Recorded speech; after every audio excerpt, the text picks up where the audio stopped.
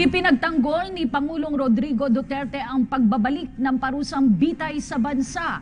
Sa kanyang talumpati sa Manila Times 5th Business Forum sa Davao City, sinabi ng Pangulo na tumaas ang bilang ng death convicts sa bansa nang alisin ang death penalty. Sa nasabing okasyon din ay pinagkaloob kay Pangulong Duterte ang parangal na Man of the Year. Buliring nanindigan ng Pangulo sa kampanya ng pamahalaan kontra iligal na droga. May report Julius D. Samburon mula Davao City Live. Julius! Kati Aljo, magandang gabi. Dumalunga si Pangulong Rodrigo Duterte sa ikalimang Manila Times Business Forum at awarding ceremony ng Manila Times Man of the Year. Dito yan sa Marco Polo Hotel sa Davao City. Kasama po ng Pangulo na dumalo dito sina Finance Secretary Carlos Dominguez at Presidential Spokesperson Ernesto Abella. Sa naging talumpati po ng Pangulong Duterte, ipinagtanggol nito ang pagbabalik ng parusang bitay sa bansa. Ayon po sa punong ehekutibo, mula sa dating 189 na death convict dahil sa heinous crimes ay umakyat ito sa higit 3,000% matapos namang alisin ang capital punishment. Pakinggan po natin ang naging pahayag po ng Pangulong Rodrigo Duterte. Ano ang death penalty? Wala man nangyari. Hindi kasi ako ang presidente. Ibalik mo yan. Ako ang gawing presidente. Gawain kong kurtina yung mga buang dyan sa puno. Bitayin. Yes. Total, itong pare, ayaw mo rin magpayag na heinous crimes increase 3,000%. Galing ito sa Bilibid. After scrapping of death penalty, Bureau of Correctional. Ang nag-report pa ka, ABS-CBN eh. During the Senate deliberations on bills seeking to restore death penalty, BUCO, that's Bureau of Correctional, Director Attorney Benjamin de los Santos said there were 189 inmates convicted of heinous crimes before the capital punishment was abolished. In 26, De Los Santos added that after the death penalty was revoked, this figure rose to 6,200 inmates, an astonishing 3,280% increase of persons convicted of heinous crime. Figures from 189 to 6,200 or an increase of 3,280%. Kaya huwag kayong maniwala dyan sa mga writer, yung mga opinion. Puro basura yan. Pera-pera lang iba dyan. Totoo lang. Politika, whatever. Do not try to discern newspapers o do nothing. Kasi yung mga newspaper na yan, yung mga isto, wala nang mabuti ang ginawa sa kapwa-tao nila. Kaugnay naman ng foreign relations, partikular sa bansang China, sinabi po ng punong ehekutibo na kailangang mapatatag muli ang pagkakaibigan ng Pilipinas at ng China bago buksan ang usapin ng desisyon sa Arbitral Tribunal sa Scarborough Shoal at iba pang claims sa West Philippine Sea.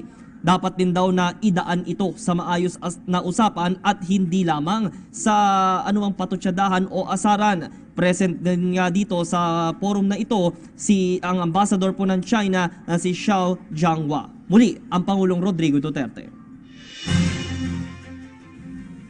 There will be a massacre. At ano ang battleground? Where will be the battleground? It's the Philippines and Palawan will be first to melt down. Tapos gusto nila akong gawing leverage. They want me to say, you force you. I told President Xi Jinping in a bilateral, Mr. President, I am here. I do not want to impose anything on you. I do not want to quarrel with you because I'm just a visitor here. I was invited, so I just want to make friends with you. I did not even ask for anything. So historically, China kept a distance because we were dovetailing the foreign policy of America. I said, I'll go out. I'll make friends with everybody. Then they started to, we ordered 23,000 M16 to upgrade our, tagal na kasi ang mga baril na yan eh. Loose na ang bore niyan. And I said, China said, we will give you. Russia said, we'll sell to you. Buy one, take one. Oh. Nananatiling laman ng talumpati ng Pangulo ang kampanya ng gobyerno kontra iligal na droga, kung saan nga ang atas niya ay ang tuluyang pagwasak sa mga mapaminsalang drogang ito. May komento din po ang Pangulo sa naging pahayag ng dating Pangulo ng Colombia na posibleng maulit ng Pilipinas ang kamalian ng Colombia kontra droga. Sabi pa po ng Pangulo, ilang sundalo at pulis na ang nawala dahil sa ginagawang kampanyang ito. Sinabi din niya at pinatunayan ang 40% ng mga barangay captains na sangkot sa illegal na droga sa bansa. Muli, ang Pangulong Rodrigo Duterte. Ito, they just manufacture shabu, first, second, and third shipment, bilyonaryo na. Sabihin na ng mga, itong mga anak, mga mahirap, natural. May alang-alang naman si Lance, pati si anak ni Lucio Taon magpabili dyan ng shabu. Yun talagang nandoon sa baba. They are poor, I admit. Everybody is poor anyway. By what right do you have to make it poorer and make them more miserable and in agony? Ano din nakuha ng mga pare, pati mga human rights, pati itong tuntong presidente ng, you must be stupid. Itong ex-president ng Colombia, when Duterte is committing the same mistake, we cannot never be on the same mistake because I am not stupid, you are. Kasi ang Amerika nagbuhos ng bilyon because they were flooding America. All of the supplies of cocaine and heroin came from that country. Anong tinurong ng Amerika dito? Except to recommend for my prosecution in the International Court of Justice, Criminal Court. Gusto pa ako nagpapriso. Yung tinignan ko yung charter ng International Criminal Court, hindi pala membro.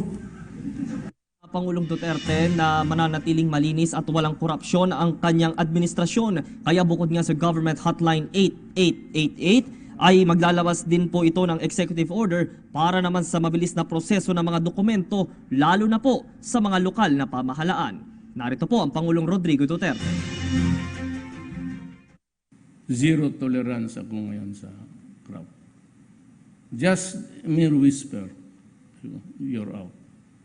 And every department, NEDA, local governments, I'm announcing it, I'm going to issue this circular or executive order or whatever.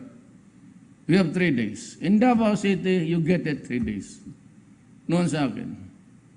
Permit, what? Housing, engineer, 3 days.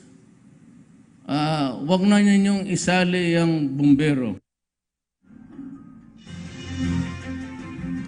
Aminado din po ang Pangulo na ito ang unang pagkakataon na tumanggap siya ng parangal kung saan nga ay kinilala siya ng Manila Times bilang Man of the Year. Yan ang pinakahuling balita live mula sa Davao City para sa PTV News. Julius Disamburon. Salamat Julius Disamburon.